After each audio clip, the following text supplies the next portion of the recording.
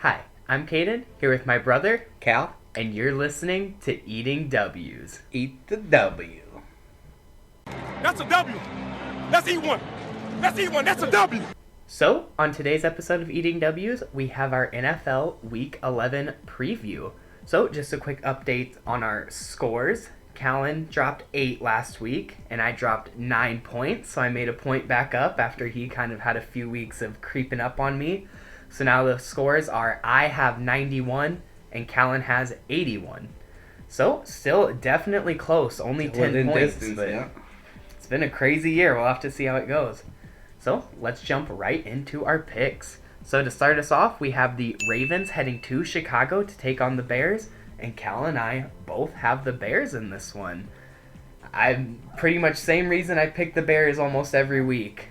Justin Fields is a beast, and he's going to show it soon. Don't know when.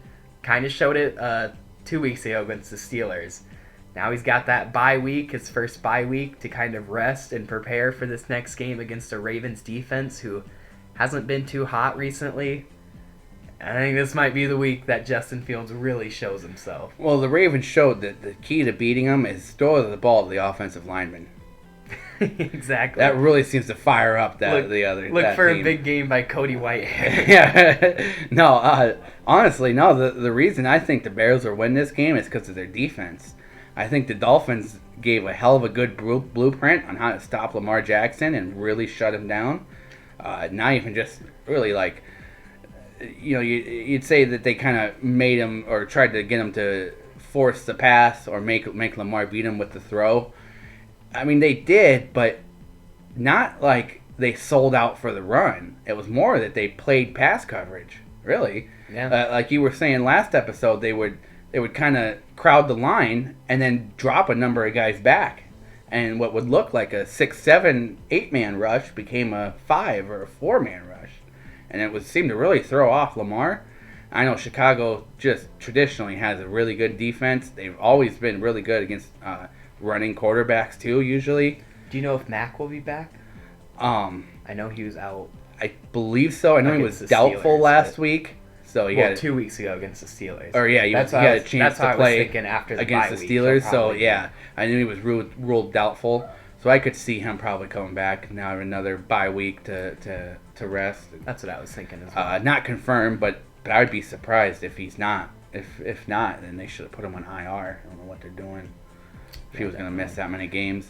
But yeah, like Callan said, I think that they very closely follow what the the Dolphins did on defense, where they kind of have their guys up front. You know, your Eddie Goldman, Khalil Mack if he's back, Leonard Roquan. Floyd, stuff like that. No, Leonard Floyd's in St. Louis. Oh, we were just talking about that. Or not even. Man, we're real messing up here. Robert Quinn, who was formerly of St. Louis, L.A. Leonard Floyd, who was used to be in formerly of Chicago, Chicago, is now in St. Louis, I LA. get those guys mixed up constantly. It's so So annoying. Robert Quinn, Roquan Smith, Khalil Mack, they're on the Bears. And then you got guys like Eddie Jackson who are going to play the zone pass coverage. So look for them to be just like the Dolphins did. And then, as I already mentioned, look for Justin Fields to really take off. So next up, we have, of course, the most exciting game so far this Game year. of the year. Game of the year, baby. We got the Packers heading to Minnesota to take on the Vikings. Of course, Callan has the Packers in this one. And of course, I have the Vikings. And I got the Vikings as my lock, baby. How cocky. Give me that easy win. Yeah, easy win. No, I'm just kidding. If it's a win, it'll be hard fought win. I did pick the Vikings as my lock. I actually did that. I don't think it's going to be an easy win by any means. I think it's going to be a really fun game to watch, a really hard fought game. But I just like our matchup. We both have some injuries right now, but I like the way our injury is written. How do I want to say that?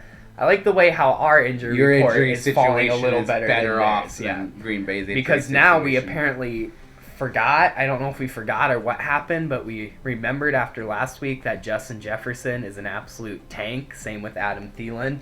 So I think we are going to pass a lot more this week than we usually do, and then that's going to allow Cook to have the game he usually does against the Packers. You think you can pass on Green Bay? You think you can pass on my guys? Jaree guy Rasul! Jaree's Rasul out. Douglas, though, is taking his place. Did you know that Rasul is the 6th overall corner by PFF, and It is Kevin a lot. King is the 9th.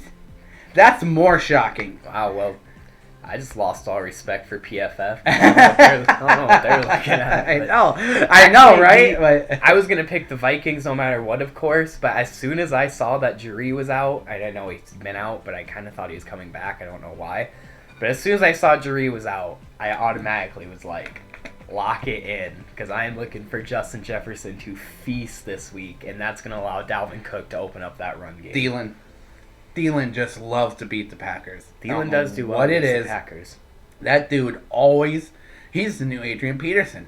He always gets a touchdown against the Packers. Never fails. Same with Dalvin Cook, though. Dalvin Cook always goes off against the Packers. Yep. I hate Dalvin Cook when he plays the Packers. He goes off. Something about those Vikings running back against the Packers. But yeah, we'll have to see if your guys' offense can step back up. That's what I'm going to be excited to Rodgers had a full week of practice now. I mean, you got to remember, Rodgers started last week's games on no practice. None. Wasn't even at the facility. It wasn't even like he was hurt not practicing. He didn't even do like rehab. Everything was virtual. So he knew the game plan. He wasn't like in the dark. But there's nothing like, live action. Even practice live action. There's no way to really adjust to that or simulate that in any way. So I think with a full week of practice and now knowing the established star running back that is AJ Tree Trunk Thigh Dillon, he is going to bulldoze over the Vikes. I am absolutely terrified of AJ Dillon. We have very lanky, undersized corners. So if he gets to that outside, I'm afraid You guys aren't that big power stout defense. I'm You're afraid more finesse speed I'm afraid defense we're going to now. see a Derrick Henry style stiff arm if he gets to the outside. I hope so. And one of our big injuries for this matchup is Michael Pierce is still out, which really sucks because And Harrison Smith could still be out. I think Smith will be back, but he's coming off the COVID. I tell you list, what, so. don't let him or Aaron Rodgers anywhere near each other. A couple unvaccinated They'll give folks. each other COVID. They'll just immediately they'll just be like, you two out. I really hope Harrison Smith is back because he's another one of the many guys who really like to step up against the Packers. So He stole him from us in the draft. I am so excited for that was game. one player I really wanted in that draft. Was he 2011? Yeah. I think so. He's been in the league, he had 10 years, but I knew, just watching him in college, I was like, that's an NFL safety. I'm so excited for this game. I cannot wait. So, moving on, we got the Lions heading to Cleveland to take on the Browns. I have the Lions in this one. Callan has the Browns. Yeah. Again, just like with Chicago, same story for the different week. I think the Lions are going to get their win eventually. There's no way They're go getting 0-17. closer. They didn't lose last week. They played overall pretty well, I'd They say, actually against did. the Steelers. I think they're going to keep establishing that run game. And I mean, the Browns have an amazing pass rush, probably one of the best pass rushes in the NFL. But they've shown that they kind of struggle against the run game. So I can see DeAndre Swift having another huge game in a Ozurkaway. I don't know, whatever that backup is now that their rookie is hurt and Jamal Williams is still out. I could see him getting some touches and doing well. But I don't know. It's just going to happen eventually, so I want to get it once it does happen. It's pretty much my reasoning at this point. This is the old sucker bowl. This is the 0-16 bowl. It is the 0-16 who is the best bowl. Worst team? I forgot about that. Yes, it is. Detroit's still finding a way to try to go 0-16 this year. They don't want to do 0-17. But 0-16-1? 0-16-1. That sounds pretty interesting to them. Now, the Browns seem like they should be the better team. They should be more talented. Baker's still hurt, though. I still am not sure about that shoulder. Keenum might be playing. Yeah, he got slammed down on that shoulder against New England. And, man, I know that it's hard to lose your quarterback for the season, but, damn, that's got to be tough for him to play with that. I know I've mentioned that a couple times this year. You got the long-term risks falling in with it. So, I don't know who's going to play, and even if Baker plays, he's never going to be 100% at any point this year. That game probably could have been a quick kick for us, but probably. I like talking about the Lions. Yeah, just 'cause Dan MCDC Campbell, took over the play calling and started running the ball, which Like they should have. didn't know I didn't know it took somebody to like tell you them and I to have run been the ball. saying since before I the thought season that started, was the point of their offense by signing 6 running backs. I was amazed by how often they passed so far this with year. Jared Goff. But, yep. Yeah. Moving on, we got the football team heading to Carolina to take on the Panthers in another split. I got the Panthers in this one, and Callan has the football team. I don't really know. I don't have a huge reason I took the Panthers in this one. I was really split on this one. I wasn't sure. They're both coming off of pretty big upsets, in my opinion, big wins. I don't know. I like the Panthers in this one. I've been picking them a lot. I don't have an overly good reason to pick for them or against them, so just kind of coin toss it. So it sounds like they're going to start Cam Newton, and he's going to play more of the game. I wouldn't be surprised. I don't know about that. I like the system they had going. Just use him as a piece. Don't use him as your starting quarterback. P.J. Walker does just fine. P.J. Walker does I feel play like pretty well. He's for not the getting any situation. respect. P.J. Walker has never lost as a pro. As a starter, he's 3-0 in the NFL and 6-0 in the XFL. And you're going to replace him with Cam Newton, who, don't get me wrong, is your franchise cornerstone, but he's 32. Was, yeah. I mean, and he's great in what he does. Those goal line and red zone situations. Use him as a piece, I think. Don't use him as your starter. I don't know if he's a starting quarterback anymore. And if something happened to PJ, it'd be great to have him. Be like, okay, now we do have somebody who is a quarterback, who at least played quarterback. But all in all, though, after saying all that, Washington's going to win because this is the Ron Rivera revenge game. It is, isn't it? It is, yep. I forgot Rivera was with the just Panthers. like Dan Quinn took out the Falcons, I believe Ron Rivera will take out the Panthers, especially if they're starting Cam. You telling me Ron Rivera doesn't know everything about Cam Newton? I mean, I really like the point you just made because if it ain't broke, don't fix it. Look at it last week. They used him as a piece. First 2 touches, first 2 touchdowns. Mm-hmm. So use him in short yardage situations. I think he'd be great like that. Use him like the Saints kind of use Taysom Hill. yeah, Use him as a little gadget piece. now this should definitely be an interesting. But they want to start him and pay him at quarterback. So they are paying him twice. They're paying him for cutting him 3 years ago and now paying him for this season. Think he gets 2 separate checks? I think so, actually. Yeah. That's hilarious. It's funny. So New England paid him $2 million last year for a full season. Carolina's paying him $6.5 million for a half a season because of the combined stat numbers. Of course they are. Moving on, we got the Texans heading to Tennessee to take on the Titans. Cal and I both have the Titans in this one. Callan has them as their lock. Mm-hmm. Not much to say about this one. It's pretty obvious. Titans are coming off a bye week last week, but Davis Mills never looked great. Tyrod really didn't look good in his return. Davis Mills almost looks better than Tyrod. I'd agree. The Titans are on quite a hot streak. Mm-hmm. Surprising hot streak without Derrick Henry. Without the D train, Adrian Peterson shows that he can pick up the goal line touchdowns still. Yep. And I think they're just using their running backs as a little piece of Derrick Henry. Derrick Henry did all of that. He could catch the ball, he could pound the rock, he could get the goal line touchdowns. Now one player seems to be assigned each job. They got McNichols coming out of the backfield to catch it. Have you noticed that they do a lot of wildcat with AP? Mm-hmm.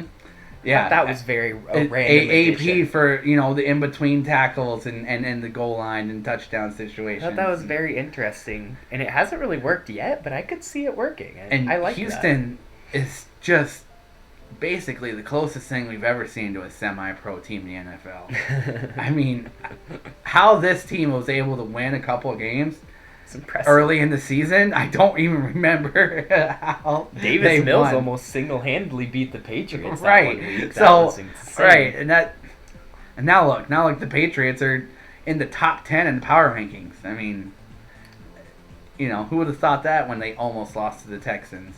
Yeah. Who are just basically selling off all their players and. No, I completely agree. The Texans have a whole ice cream sundae of reasons that they can't win this game, and just the cherry on top is that it's even in Tennessee.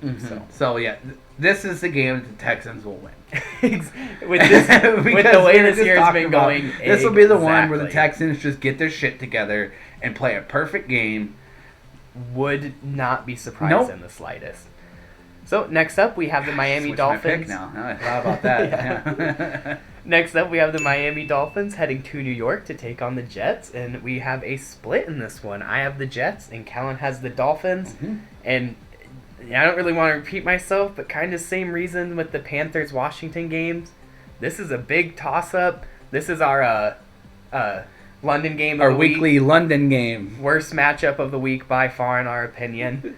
I took Send the Jets. them guys over to London. Send them to London. I took the Jets just off of pretty much a coin flip again. I mean, like you've been saying with how crazy it is, I'd say the Dolphins are probably favored, so why not get Joe Flacco a win, or Zach Wilson, or Josh Johnson, or whoever they want to play. I'm not sure who's playing quarterback for the Jets this Whoever week. goes in there, give them a win, because why not? That's how this season has gone so far. I tell you what, if it was in London and they were starting Mike White, I mean, you got a new place for lightning to strike. So I'd say the Jets would win. But this is in Miami, I think. And nope. New York. It's in New York? Well, it's in the States, where lightning has already struck for the Magic Man. So, and I mean, the Dolphins have one of the newest, hottest wide receivers in Robert Hunt, who, just provides a huge spark to any offense.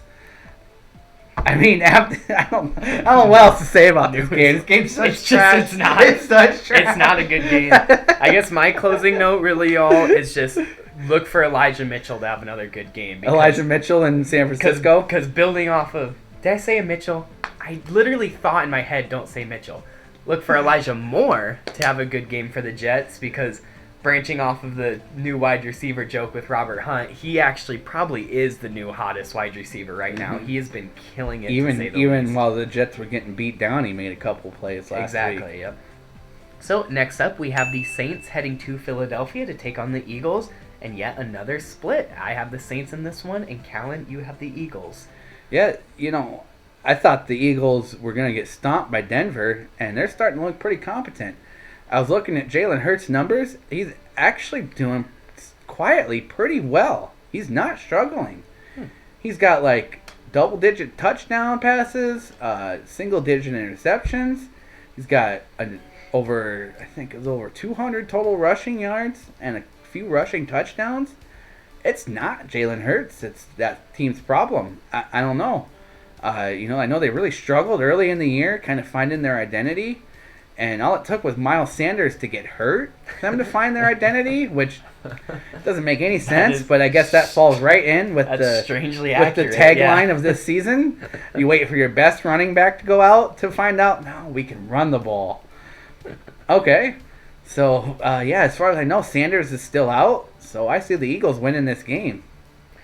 I took the Saints just because I think Kamara will be back off of injury. That'll be huge. And I think they're slowly kind of getting their quarterback situation together. Because even though they lost to the Titans last week, who are a pretty good team they've established this year, they played a reasonably close game. It's not like the Saints played overly bad. So, and I just hate picking the Eagles. Because even though I agree they have started to find their identity, they're just still so inconsistent with Sirianni at head coach. They're one of those squads that either has, like you were saying, either an A squad or a B squad. It kills me to pick them still. So. And if the A squad shows up, they're a really good team. But if that B squad shows up, they get shut out or slapped down. So yeah, I could see it falling either way, but I got the Saints. So I'm betting on the A squad showing up this week. Yeah, pretty much. That's what you're doing. Next up, we got the Bengals heading to Las Vegas to take on the Raiders. And Cal and I both have the Raiders in this one, and we thought about quick kicking it for later. But the only reason we kept up here is pretty much just because this is a make or break game for both these teams, to say the least. Almost, I would say, a de facto elimination game. Obviously, it doesn't eliminate them, but it really pushes them down the totem pole. Both these teams started the season surprisingly hot, And then Las Vegas went through all this stuff and continued to play well. Now they're both very quickly cooling off. I don't know if they're getting figured out per se or just losing momentum or what it is. But I totally agree that this is a, for lack of a better term, elimination game kind of, because they're both in very contested divisions, with the Raiders being in the NFC West and the Bengals being in the North. Those are two very good divisions overall in the NFL right now, and especially in the AFC. So whoever loses this game, it automatically isn't looking very hot for them. Yeah, if we remember, just 4 short weeks ago, the Bengals were the number 1 seed in the AFC. Now they're last place in the AFC North. My, how the mighty have fallen. Yeah. I think it was a little bit of a stunner for the Bengals, kind of like not used to being back on top kind of thing. It's a young team. Got I bet a it did full kind of themselves, and the Jets then kind of shocked them. And the Raiders, I think they just have too much shit going on off the field. The Raiders are a victim. And it's just starting to catch up to them. The Raiders are a victim of circumstance, to say the least, and I mad respect for them for how they've been able to hold up to this point, but it's definitely looking like it's starting to get to them. Especially with the way it seemed like when Deshaun Jackson fumbled that ball, the bottom fell out. It just seems like they're a glass team in the sense that as soon as one bad thing happens, they're going to fall apart on the field.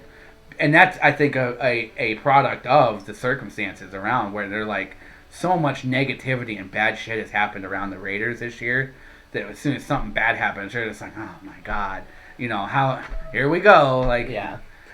This might be bold, but I think if D-Jax breaks that tackle and scores a touchdown there, and they get that momentum, I think they go on to win the game. But they definitely go. It's a different game. It 100% swung. It was a momentum swing, to say the least. Yep. So next up, speaking of the Chiefs, we got the Cowboys heading to Kansas City to take on the Chiefs, and Cal and I both have the Chiefs in this one. And that's just because, I guess it's just an NFC East thing. The Cowboys seem to have a pack A and a pack B too, after how they played against the Broncos and then played against the Falcons. So I think the Chiefs are going to come off of that. They needed that win against the Raiders. They've been struggling. They haven't been the Chiefs. They needed that win against the Raiders. I'm not going to say they're going to jump back in and be Super Bowl favorites again all of a sudden now. But I think they're going to really start getting that momentum ball rolling, and I think it's going to be a great game to watch. Very close game score-wise, but I see the Chiefs picking up a win. Yeah, definitely. Well, the Chiefs are back, So all they had was one game where Mahomes did his 4 touchdowns for 500 yards. Most of those were on throws that have gotten picked off 10 times this year. Sorry to correct you, but I found it funny you flipped it. It was 5 touchdowns, 400 yards. Oh, did I? Did I say 4 and 5? You just have... That was funny. Oh, sorry, continue. I didn't even realize I did. I just thought that was funny that you I did exactly flipped it. Yeah. So, the Chiefs are back, right? That's what everyone's saying. So, if they're back, that means they should win this game pretty easily. Here's their prove-it game. Yeah. I'd say the if Cowboys... If you're back... Yeah. I'd say even with that total lapse in that Broncos game, they're still overall a pretty good team and a very talented team. So here's the Chiefs' chance to prove if they're back. There is one thing I'd say here, and here's why I went with the Chiefs on a 55-45 in terms of percentage. Their defensive coordinator is Steve Spagnuolo, who was the Giants' head coach and defensive coordinator for a number of years, going up against Dallas all those times. And I know, coaches change, all that, players. There's one consistent, though. Jerry Jones has been there for about 400 years. And as we learned, he goes over the game plan with McCarthy before every game. One of the only owners that does that. Owners don't usually go and deal with the football operations. Yeah, that's interesting. So, he's involved in the coaching decisions, which again just shows me why McCarthy was the coach, because he allows Jerry Jones to come down there and just swing around, freely with no obstruction. I was going to say that. I'm telling you, Bill Parcells didn't like that shit. I always wondered why they hired Mike McCarthy. And it's because they knew that they could just puppet him. Yep. They knew that. Yep, he's just a puppet head coach. Jerry Jones is actually the head coach of the Cowboys. That's funny. I never knew that. I didn't know he did that. So because of Spagnuolo in Kansas City, formerly in New York for a long time, the familiarity against the Cowboys, I think that could give the Chiefs an upper hand. Moving on, we got an NFC West matchup with the Cardinals heading to Seattle to take on the Seahawks. I have the Cardinals in this one, and Callan has the Seahawks. I took the Cardinals in this one just because Callan will probably talk a little bit about it, but I agree that I don't think Kyler or Nuke will play this game probably because they have a bye week next week, so why do it? Just let them rest through the bye week. But give me Colt McCoy and Christian Kirk against the Seahawks because they are just not looking good. That offense isn't what it usually is with Russell Wilson still being injured, and I think Chris Carson is still going to be on IR. Nope, he'll be back this week. Will he? Okay. Okay. Yeah, but he almost played against Green Bay, but just wasn't quite ready. Even with that defense, it just doesn't stack up. I could see it being a lot closer, of course, with Kyler and Nuke being out, but I think the Cardinals still go to Seattle and pull off the win. I think that with Seattle getting shut out and them kind of really looking like shit offensively, I think they come out and prove it, kind of like, okay, that's not us. You know what I mean? Like, we're better than 0 points. Because that offense is definitely better than 0 points. I've seen them score 28, 35 and a half with Lockett and Metcalf and Russell Wilson out there. Yeah, I mean, so I think that with the showing they had in Green Bay, they're going to want to come out and make a statement. So I'm betting on them kind of rebounding against a depleted Cardinals team, which is more than likely starting possibly not Colt McCoy, because McCoy also got hurt in last week's game. So I don't know who their third string is. So they're actually talking about maybe starting Kyler if he's not ready, just because McCoy is even more hurt. Yeah, they could start him and just kind of limit his running, do something like that. But yeah, that was definitely that's true. That's about half his game more than so. Yeah, definitely a toss-up for me. Big reason I could see the Seahawks winning this and me being wrong is it being in Seattle and then having the 12th man. That always makes difference. Seattle's got a really good home field advantage. And then for the Monday night game, we got the Giants heading to Tampa Bay to take on the Bucks. And ironically, Cal and I both have the Giants, and I have them marked as my upset. And the funniest part is, again, I feel bad because I don't know why I keep saying that. I don't know if I just wasn't prepared for this episode or what, but I don't really know why I picked the Giants just off of more than just a feeling. Well, the Bucks just came off of getting upsetted by the football team. I think the Giants might have Saquon back. The Giants are more than likely going to have Saquon back. He's practicing for the first time this week since week 5. I still by no means trust Daniel Jones, but I do trust that defense. And whatever that Washington defense did, stopped Brady, to say the least. So I think that name-wise, talent-wise, the Giants have just as good of an overall defense, if not better, than the football team. So if they can just kind of mimic that game plan a little bit, I could see the defense really stepping up and this being a low-scoring Giants win. And I think the Giants are going to win because it's the Giants. Let's look at the past. Who are Brady's 2 Super Bowl losses against? The goddamn New York Football Giants. They just know how to beat the man. For whatever reason, they're his kryptonite. But is it the Giants or Eli? We'll find out. We're going to find out Monday night. If it was Eli Manning avenging his poor older brother Peyton to beat Brady, or if it was just the Giants and Tom Coughlin. I'll tell you what, Tom Coughlin almost beat Brady when he was in Jacksonville. In that 2017, when Jaguars were really good. Jags Pates, I forgot about that. Pats. The Jags had 10-point lead on New England in the fourth quarter, and Brady just went full Brady and brought him back. But something about the Giants and Coughlin and those group of guys just know how to beat the man that he is. Blake Bortles, my God. Blake Bortles. We almost had a Blake Bortles Case Keenum Super Bowl. That'd have been this close to a Blake Bortles Case Keenum Super Bowl. That'd have been amazing. In Minnesota. Would have been in Minnesota. I wouldn't have been complaining about that with Case Keenum for the Vikings.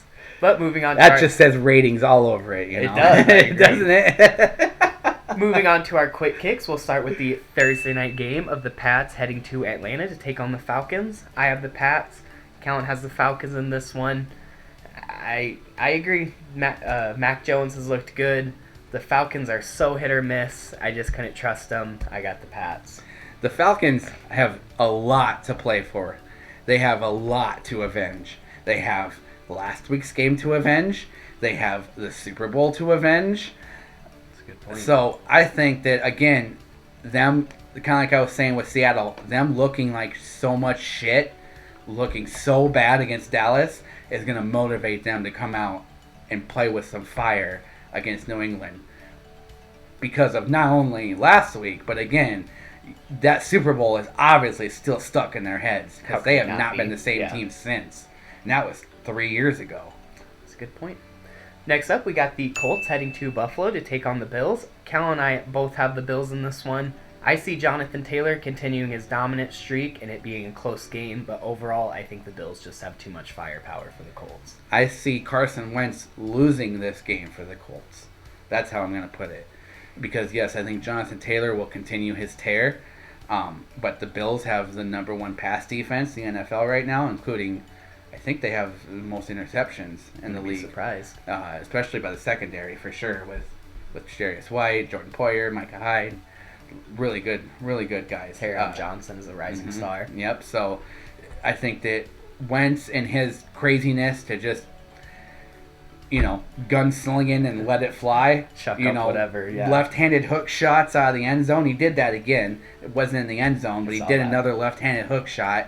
They're like, we're just going to tape his left hand behind his back. He quits throwing the ball into his left hand. He also did an underhand flick. Yeah. Favre-licious style. That stuff. I mean, it's a lot of fun to watch. I miss Favre. It's very fun to watch. But I've never seen Favre do a left-handed hook shot. It's the most fun to watch when it's not your team doing it. That is true. So I do see Wentz doing something stupid to give Buffalo the upper hand in this game. I could definitely see that. Next up, we got the 49ers heading to Jacksonville to take on the Jags. And again, an ironic twist, we both have the Jags. And Callan has the Jags marked as his upset. Mm-hmm. This is one of the games where it's just a why not. I mean, the 49ers looked good last week, but I still don't think the 49ers overall are a good team.